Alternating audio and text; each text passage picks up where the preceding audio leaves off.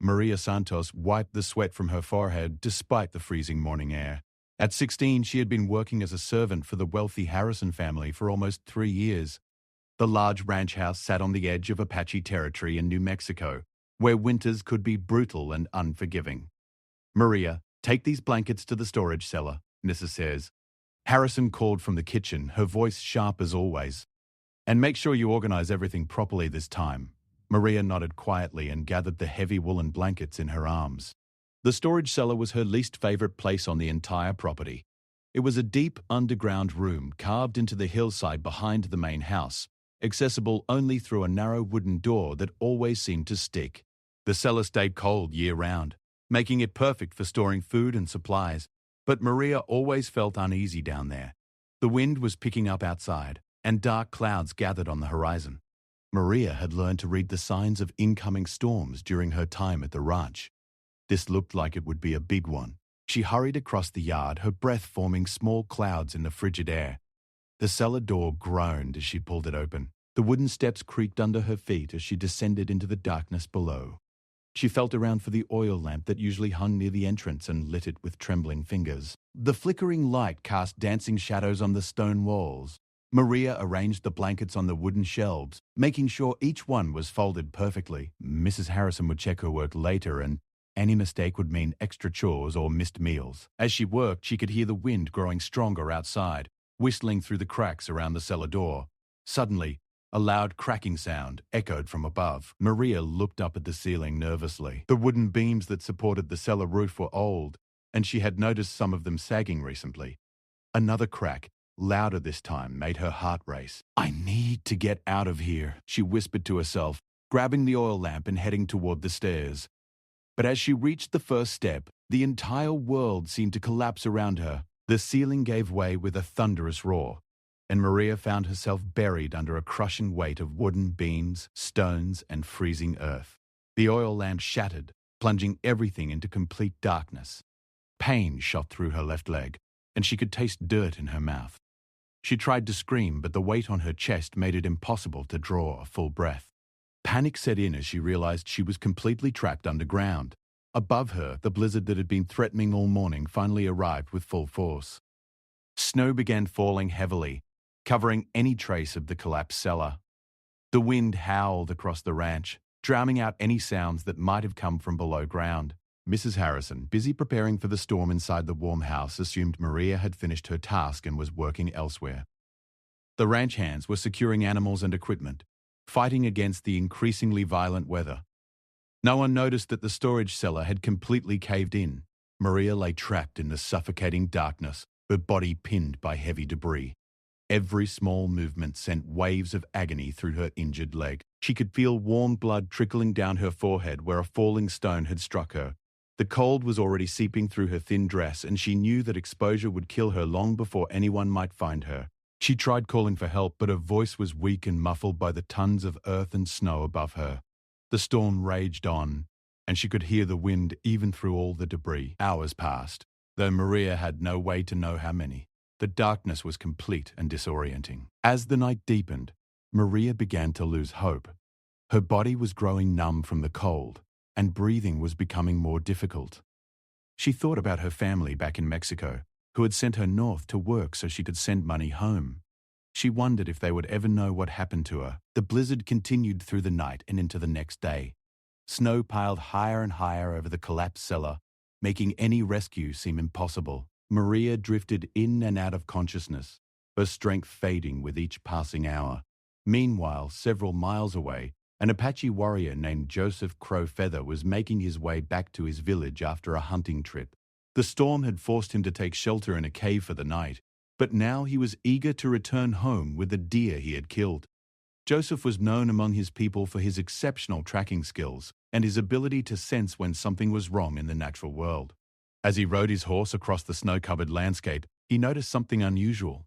Ravens were circling an area near the white man's ranch, calling out in a pattern that seemed urgent and distressed. Birds often led hunters to prey or warned of danger, and Joseph had learned to pay attention to their behavior. These ravens were acting strangely, as if they were trying to draw attention to something specific. He decided to investigate, despite his eagerness to get home. As Joseph approached the Harrison ranch, He could see that the storm had caused significant damage. Tree branches were down everywhere, and several outbuildings had lost their roofs. But the ravens continued circling one particular spot behind the main house, where a large mound of disturbed earth and debris was barely visible under the fresh snow. Joseph dismounted and examined the area carefully. His trained eyes could read the signs that others would miss. The way the snow had settled, the pattern of the debris, and the behavior of the ravens all told him the same thing. Someone or something was trapped beneath this pile of earth and rubble. He began digging with his hands, working frantically to clear away the snow and loose dirt. The ravens watched from nearby trees, their calls growing more excited as he worked. Joseph knew that time was running out. If someone was truly buried here, they would not survive much longer in the freezing conditions. As he dug deeper, his fingers struck something that felt different from dirt and stone.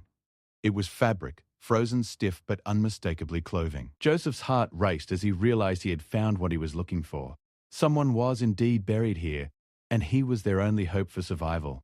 Joseph Crowfeather worked with the speed and precision of someone who understood that every second mattered.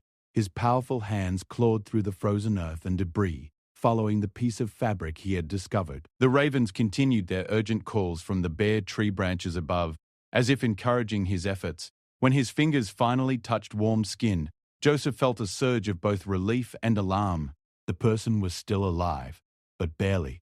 He could feel the faintest pulse, weak and irregular. Working even more carefully now, he began clearing debris from around what he realized was a young woman's face and shoulders. Maria's eyes fluttered open for just a moment when the cold air hit her face. Through her delirium, she saw a stranger's face above her, framed by long black hair and concerned dark eyes. She tried to speak, but only a whisper came out. Joseph leaned closer to hear her words. "Please, help me," Maria managed to say before losing consciousness again. Joseph could see that the situation was critical. The young woman was suffering from severe cold exposure, and a large wooden beam was pinning her lower body.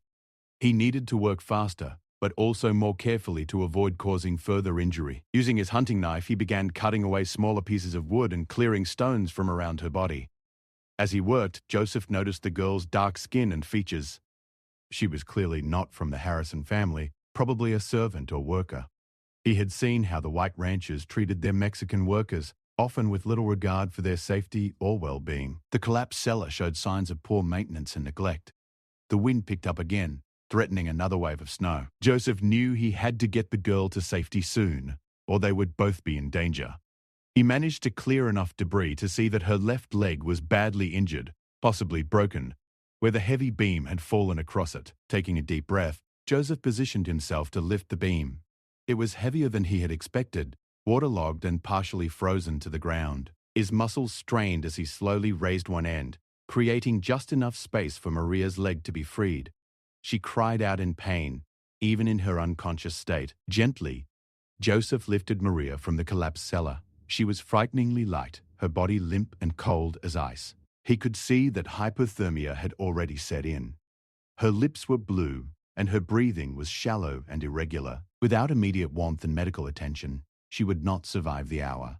Joseph looked toward the ranch house, where smoke rose from the chimney. The logical choice would be to carry Maria there, where her employers could care for her. But something held him back. The neglected condition of the cellar, the fact that no one had missed her during the storm, and his own experiences with white settlers made him hesitate. Instead, Joseph made a decision that would change both their lives forever. He wrapped Maria in his heavy winter coat and lifted her onto his horse. The animal was strong and sure-footed, trained to carry wounded hunters back from long expeditions. Joseph mounted behind Maria, holding her securely against his chest to share his body heat.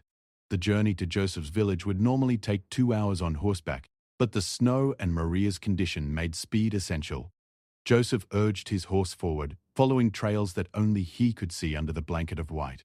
The ravens followed overhead, their black forms stark against the grey sky. As they rode, Joseph could feel Maria's body gradually warming against his, though she remained unconscious. He spoke to her softly in both English and Apache, hoping his voice might anchor her to consciousness. He told her she was safe now, that he would not let her die in the cold and darkness. The village appeared through the swirling snow like a mirage. Joseph's people lived in traditional wickiups during the winter months.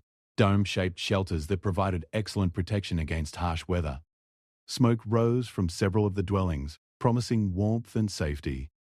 Joseph's arrival with an unconscious Mexican girl caused immediate concern and curiosity among the villagers. His grandmother, Elena, emerged from her dwelling despite the cold. She was the village's primary healer, respected for her knowledge of traditional medicine and her ability to save lives that others had given up on. "Bring her to my fire quickly," Elena commanded, taking charge of the situation without hesitation. "This child is nearly frozen to death."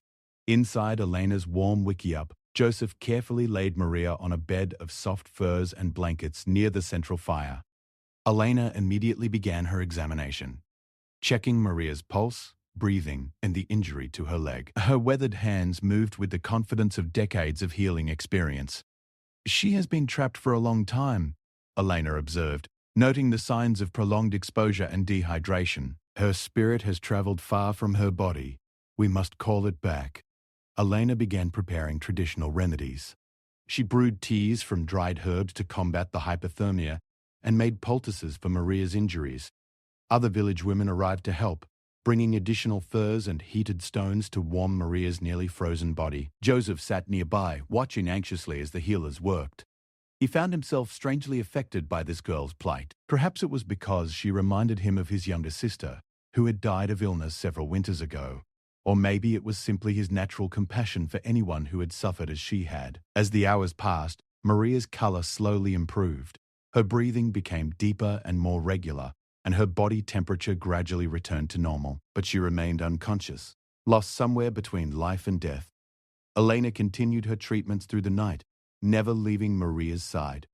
She sang traditional healing songs and burned sacred herbs, calling upon the spirits to help the young woman's soul find its way back to her body. Joseph stayed nearby, feeding the fire and helping however he could. Near dawn, Maria's eyes finally opened.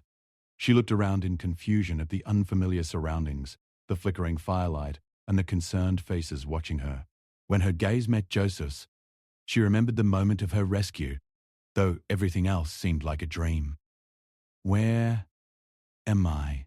she whispered in Spanish, then repeated the question in broken English. Elena smiled and spoke gently in Spanish, which she had learned during her youth. "You are safe, child. This brave man pulled you from the earth and brought you to us. You were nearly dead." Maria tried to sit up but gasped as pain shot through her injured leg.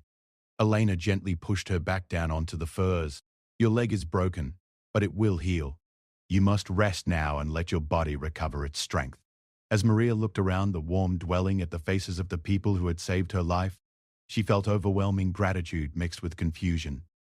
She had been taught to fear the Apache, told they were dangerous savages who would kill or capture any white person or Mexican they encountered.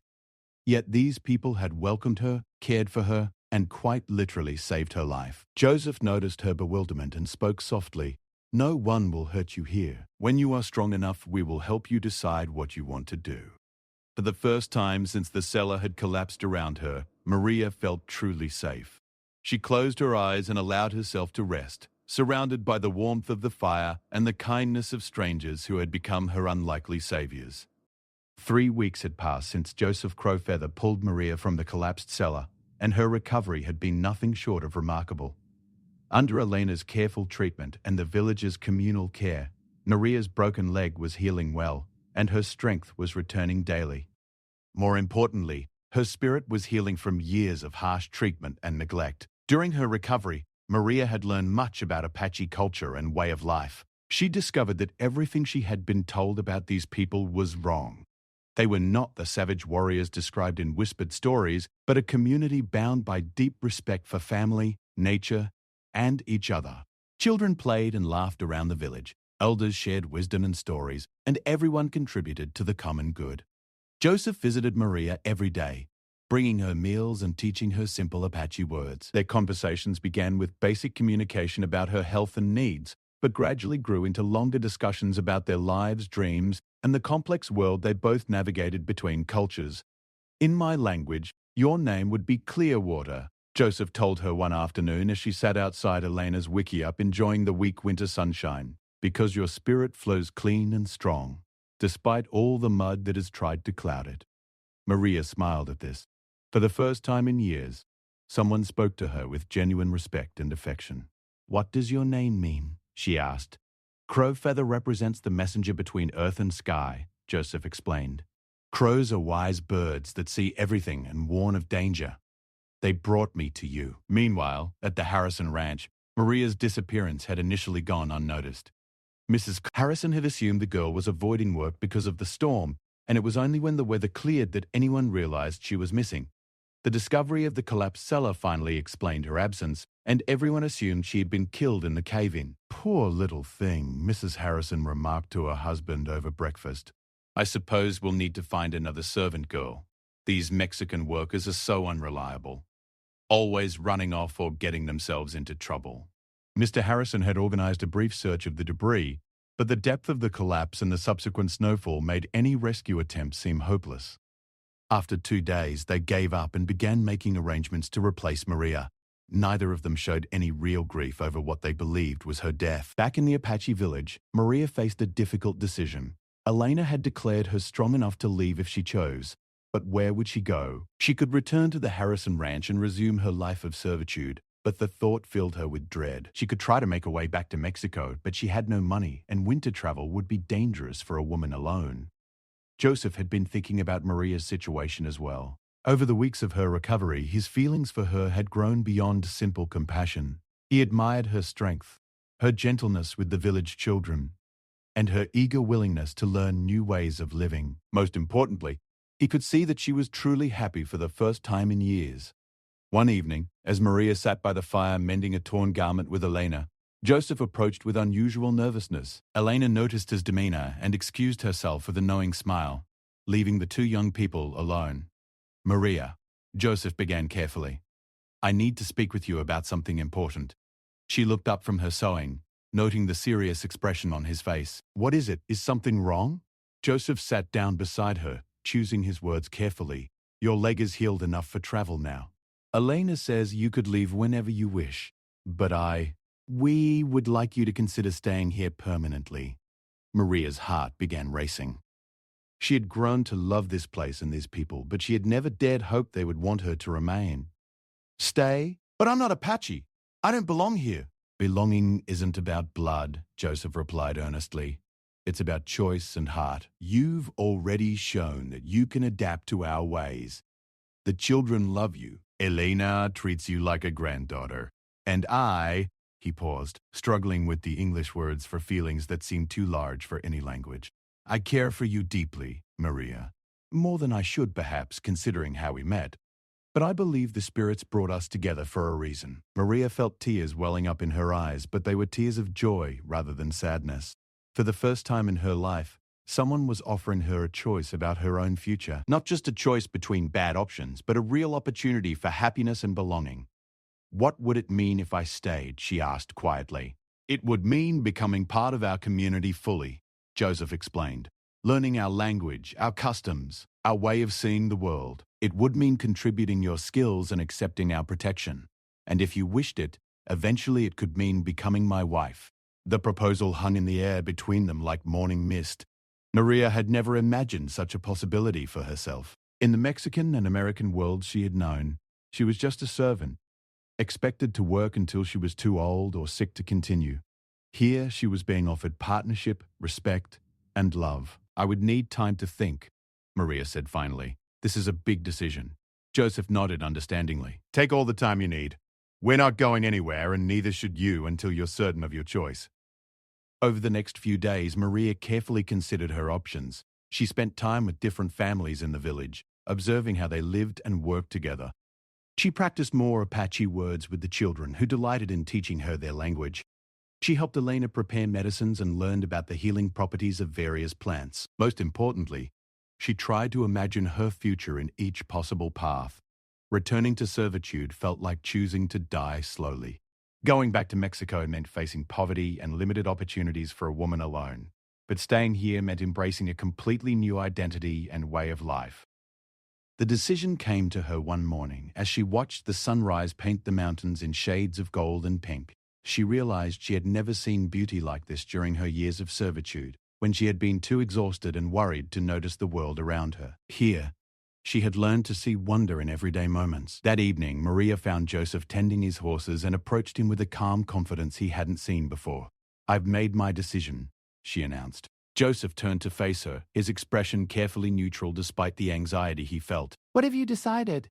"I want to stay," Maria said simply. "I want to learn your ways, speak your language, and become part of this community. And yes, when the time is right, I would be honored to be your wife." Joseph's face broke into a brilliant smile, and he swept Maria into a gentle embrace. Around them, the village continued its evening routines, but their world had just changed forever. 6 months later, Maria and Joseph were married in a traditional Apache ceremony. She had taken an Apache name, Clearwater, but kept her original name as well, representing her journey between two worlds. She had learned to speak Apache fluently, and had become known throughout the village for her skill with healing herbs and her kindness to children. The woman who had once been trapped under ice and dirt had found not just rescue, but transformation. In losing her old life, she had discovered a new one filled with purpose, respect, and love.